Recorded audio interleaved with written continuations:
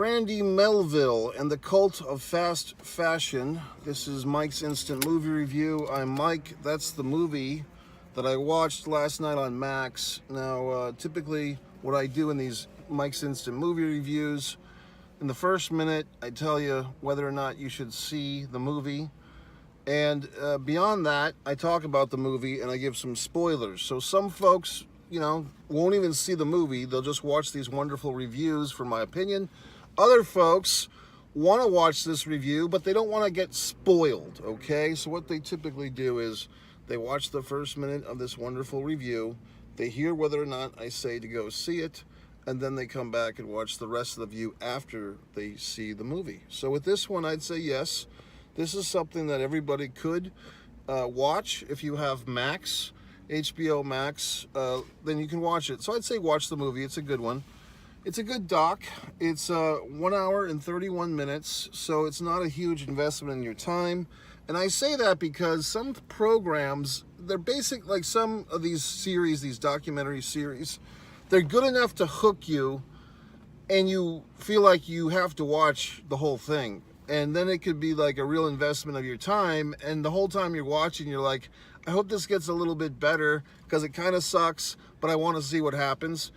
You know what I mean? So this one, because it's an hour and 91, not an hour and 90, that always gets fucked me in the ass too, It's an hour and 31 minutes, which is the same as 91 minutes, which is an hour and a half plus 1 minute. You know what I mean? So how the fuck long is it? Is it an hour and is it 131 minutes or is it 91 minutes? Now I'm confusing myself. I think it's actually 131 minutes, which equates to 2 hours and 11 minutes. But in any event, it's watchable in a single serving. I watched it last night. As I'm frequently doing, I'm doing one thing on one computer and I have a secondary laptop for my information from the world. And with this particular doc, that's the situation I was in. But it actually caught my eye several times because the doc is well filmed. They have a ton of footage. And you might be thinking, well, gee whiz, Mike, what the hell is this movie all about? Well, it's in the title. Now, I'm obviously not a teenage girl, okay? And I'm not the biggest fashionista in the world either, self-admittedly. But this doc, basically, it's about a topic that, believe it or not, it affects all of us, okay? Because I didn't realize there's two elements of this doc. The social impact of this fashion company on young women, their buying habits, their interaction with each other, their well-being, believe it or not. And the secondary thing, which in many ways is the firstary thing, the fast fashion aspect of this basically means like clothes that are meant to be worn a few times and then thrown out or given away because the clothes are easily damaged, worn and tear. They're not the highest quality materials. They look good for the first couple of times you wear them, and then they get thrown in the washer and dryer and they tend to fall apart because they weren't made that well in the first place. And they're also not the most expensive clothes, so these suburban teenage girls can afford them and can afford to buy them like replaceable tissues. So now let's get into some of these deets, as they say, details. So according to what I remember from this talk, Brandy Melville has been around for a while, 2009. I believe they started in different countries, and it's kind of hard to pinpoint like who is the owner because there's different countries with this company. Like there's different, franchises in different countries and so forth. But then they find out they do have this one particular guy. I believe that guy's name was Steph something.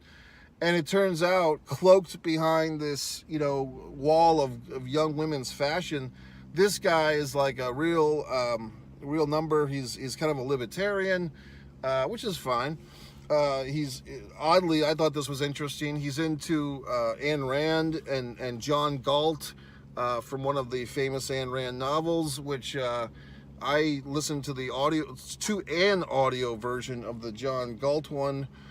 Which was very interesting because I had no idea, this guy was putting some of his politics into these young women's stores, what the store, not just one store, but the whole conglomerate of stores, they basically use these young women, teenage girls, many of them getting their first job, actively recruiting them, because for these young girls, it was a status symbol.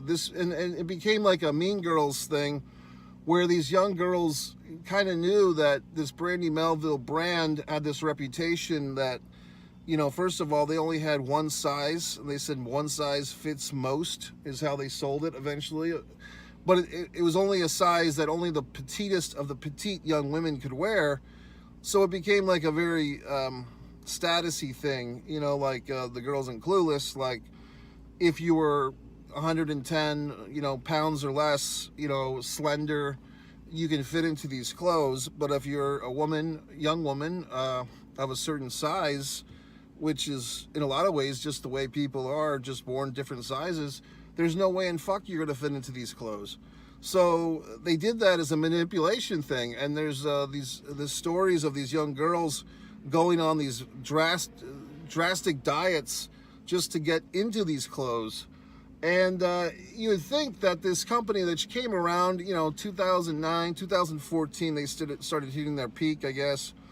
And you'd think that even at that time, 10 years ago, people were into, you know, the body awareness and the acceptance and the, you know, I think it was one of Steven Tyler's daughters was like a model, a plus size model. And all these things were happening, as the doc points out, that were kind of in the direction of anti-bullying, more or less. But this Brandy Melville went old school. Like, they went into Karen mode. They went into, you know, developing a whole herd of young Karens, a whole herd of young white bitches, and kind of manipulating them into making them feel that if they worked at this store or if they wore the clothes, and basically they kind of recruited these young women to be their marketers on Instagram. Young girls would buy the clothes and then go take all these photos of each other, and then that became the marketing for Brandy Melville. Basically, the client is marketing, you know, similar to this. I'm doing these YouTube videos, and there's more money going to YouTube than to me when you watch these things, and you know, more people are subscribing here. This is one Mike Messier where I do my YouTube, where my movie reviews go, but this is not a monetized channel as of now. If more fine folks like yourself subscribe and watch more videos, it'll get monetized eventually.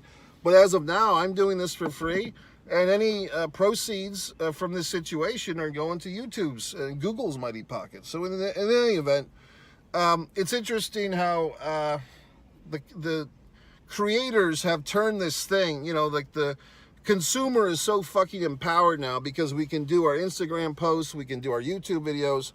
But little do most of us realize, any benefit is still going to these major corporations that own these platforms. And a selected few, like the Jake Pauls of the world and assholes like that, they get enough followers where they get monetized and they make all this money. And that's the carrot they swing in front of the rest of us. So swing that carrot, okay? So in any event, going back to this doc, you see the manipulation of these young girls. There's also, you know, watching this, you're like, okay, when's the Epstein stuff coming? Like, when's like the real hardcore nasty shit coming? There's some of that. There's not as much as I was thinking that there was going to be, and maybe the doc isn't telling all the stories. There was a sexual assault situation mentioned in the doc, which is unfortunate and tragic. But I was kind of thinking that this was going to go even more hardcore than it did. Because they're talking about how these girls that worked at the store had to like take daily pictures of themselves in their little outfits of Brandy Melville, you know, and they would text these photographs to the owners of the company, which is pretty creepy. And I was basically waiting for them to say something worse about that, like, what the fuck? You know, is this going to go into some, you know, Sound of Freedom territory? Is that where this is headed? Luckily, it didn't go that far. It was just that the creep wanted to have his file of photographs, which is creepy enough. But once again, I was expecting worse. I was expecting that this thing went into like kidnapping these girls and sending them to other countries or whatever the fuck. But that didn't quite happen. They did take some of these young women, and I don't know if they were all over 18 or just over 18. but some of them got selected as kind of ambassadors to go on these international trips and go to the fucking factories. There was also a thing of where, like, the company, like, if a young woman was working at the store and she was wearing some clothes that was not Brandy Melville clothes to work, but the manager or whoever liked the outfit, they'd ask her where she got it, and then this company would basically rip off the design from other companies. And they started tracking that stuff and discovering that Brandy Melville really didn't do a lot of things that other companies did with research and so forth. They basically bit, meaning borrowed or stole, other companies' designs, and they used their young female workforce as their research team. You know, like an unofficial, unpaid, you know, not being paid extra beyond their typical, you know, minimum wage salaries, I suppose. They used these young girls to find out what they liked in fashion, and then they would copy those things. And some companies were able to get some settlements and lawsuits and so forth from those situations. So, and you know, look, like I said, I'm not a teenage girl, obviously, so I had no idea this thing was even a thing. You know, before I watched the doc, if you had said, Mike, what's Brandy Melville, I would have no fucking idea. You know what I mean? So it's interesting that these things, you get to a point in life where there's so many things going on that you have no fucking clue about, but they're going on, you know. And for instance, there was another doc, the Lulu Rich documentary I watched a couple of years ago. And similar, you know, that's like a multi-level marketing scam company for you know, more adult women. So no offense, women, but I mean, I think you have to kind of take a self-check here, women of all ages. Why are you so susceptible to these fashion scams? Just a question. What about the female mind, you know, falls prey to these activities? I think it's the fear of being left out, which everybody has to some extent. You know, I don't know. I think women, yes, don't speak in generalities. Well, I'm fucking going to. I think women, perhaps more so than men, feel the need to conform, the need to be in the pack, so to speak. Some men do, some don't. But I think women of all ages maybe feel more social pressure. Maybe it's a biological thing, and our old reptilian brains, which I fucking hate that term, by the way, the reptilian brain thing. But I think perhaps it's something in our genetics that men are you know, accepted. It's more accepted for a man to be a lone wolf, and lone wolves feed alone. And women are basically pack animals or pack women. You know, and there's a lot of dipsy-do and a lot of talking behind each other's back and cattiness and so forth. But overall, women are more pushed into these circles. You know, that's why women have all these bridesmaids and men don't give a shit. You know what I mean? If a man has one friend in his life, he considers himself lucky. So in any event, I don't know. It just seems like when there's another term, and I don't know what the term, but just a theory from me is like, and it's not just my theory, but when something becomes the thing, it just becomes the thing. Like when something is the fucking, I was gonna say the pound puppies, but after that, not the pound puppies, the fucking Beanie Babies. When that was the thing, that was just the thing. You know, like when the Stanley Cup fucking plastic cups, it's just a fucking water bottle. Who gives a fuck? But for whatever reason, that's the thing. The Peloton, you know, fucking exercise bike. It's an exercise bike where you can see other assholes in their fucking houses exercising. Who gives a shit? But that's the thing. You know, when something becomes the thing, that's the thing. So this was the thing. The Brandy Melville for these young teenage girls. And I suppose another part of it is, and I don't think they got into the pricing of the clothes too much, which I might have been interested in. But the clothes, I guess, were so inexpensively made, and I'm going to get to the environment in just a moment. The clothes were so inexpensively made that the parents of these young girls, if the parents were buying the clothes for the girls, or if the girls had their own spending money or whatever, the clothes were basically like disposable, so that they were not expensive clothes, but the girls still liked how they looked. But once they wore the outfit, you know, 3 or 4 times, I guess part of it was they didn't want to be caught dead in the same outfit. So they'd have to run out and get another fucking outfit. Now, we've seen that type of stereotype with women before. Yeah, I can't give you an example, but women don't want to be seen in the same dress. You know, who gives a fuck? You know what I mean? So now let's get into the environmental issues. Uh, so here's the problem for all of us, which I did not realize. Apparently, the United States and Europe, we have, you know, wherever we go, we see these bins for giving away clothes. Basically, to get to the point, this is why you should see the doc, because I'm going to fuck this part of it up. But basically, all us European American countries, we have all these fucking clothes. We don't keep them forever. A lot of them, you know, will get a little rip or a little tear or a stain or something. And then the typical, you know, American response is, oh, this shirt's got a stain on it. I'll just throw it in the Goodwill bin or whatever the fuck. You know what I mean?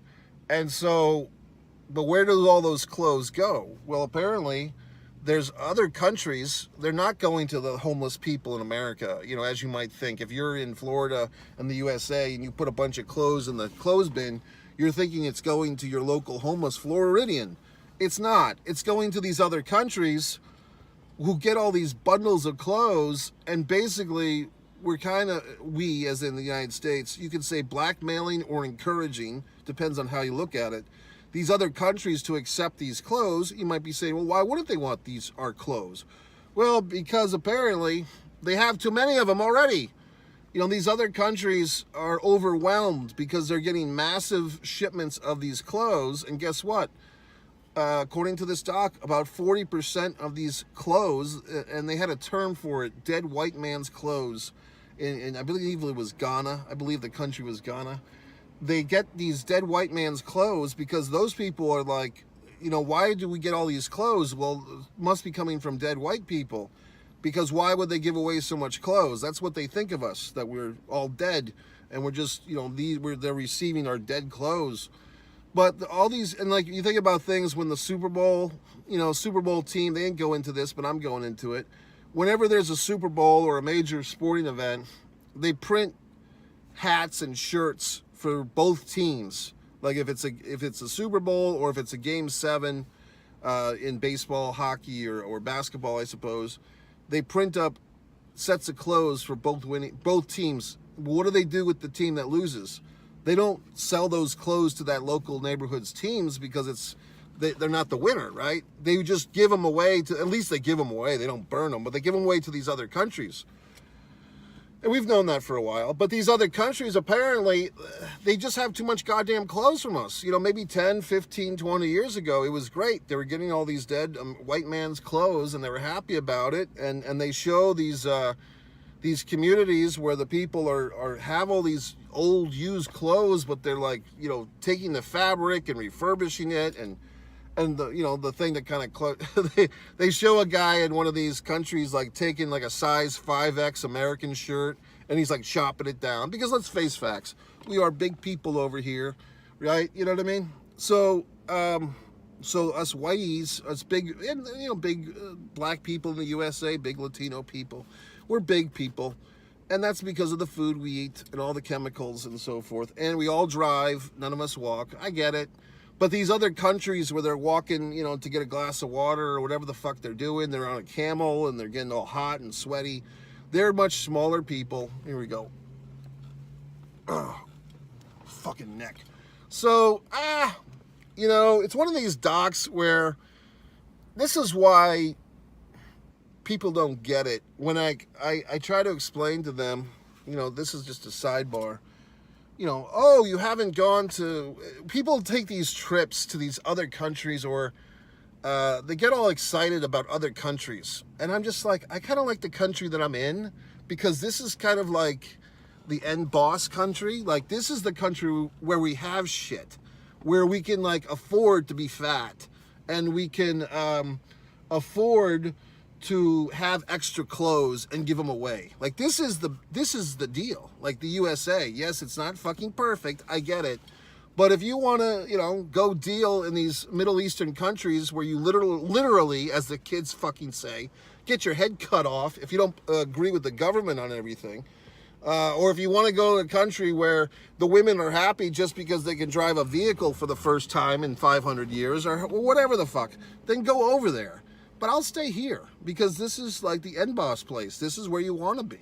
So these American people that are always bitching and complaining, well, get the fuck over there then. You know what I mean? If you want to go to some goddamn protest at your college, go fucking fly over there and join a militia in one of these countries and actually fight for whatever the fuck you believe in. Because you probably don't really give a shit. You just want to get out of your fucking English class or whatever the fuck, you goddamned asshole. So anyway, going back to this doc, you get the white guilt thing, you get the American guilt thing. Yes, we are consumers, yes, but now it gets a little, I try to interpret this because they're really talking about the fast fashion, meaning these clothes are disposable, but they're not disposable because they go into the ocean and they pollute the fish, and then we eat the polluted fish. So we're eating this fucking fish that's eating this Brandy Melville size small shirt from some, 14-year-old chick in fucking the USA who threw it away when it got a little tear on it. So we're all killing ourselves by having these god-awful companies. And then I say, well, gee whiz, am I a part of this problem too? And the answer is, quite frankly, yes. Because I'm ordering I discovered this, look, I'm not a big fashion guy. I have t-shirts that I still wear, that I still like, that are 7 years old, 8 years old. A couple are over 10 years old, I'm sure. So I'm not a big fashion guy. But I mean, typically, I will admit, I pretty much buy stuff. I kind of buy it and then see if I like it, if that makes any sense. Like, I'm not paying a lot of money for anything clothes-wise, but then I like certain clothes better. But I would say for a male, I probably have a lot more clothes than most guys do, because a lot of my clothes I have, but I don't particularly like. So they're kind of like on the back cycle. And then the front cycle is kind of like, I have this Captain America shirt I wear tons of times. I'm always happy when I get to wear it because it's a nice light blue. There's certain clothes. I have a fucking Mickey Mouse shirt that I like.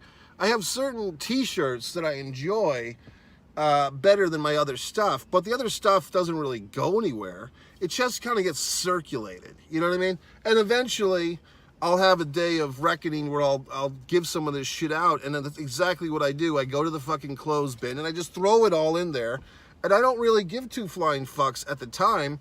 I'm just assuming I'm just some nice guy who's giving all these size 3XL t-shirts to some homeless 3XL guy. But in fact, my 3XL t-shirt is choking some fish in Guatemala or whatever the fuck. So yes, I'm part of the problem. For instance, this nice Led Zeppelin shirt I just got, and it fits well.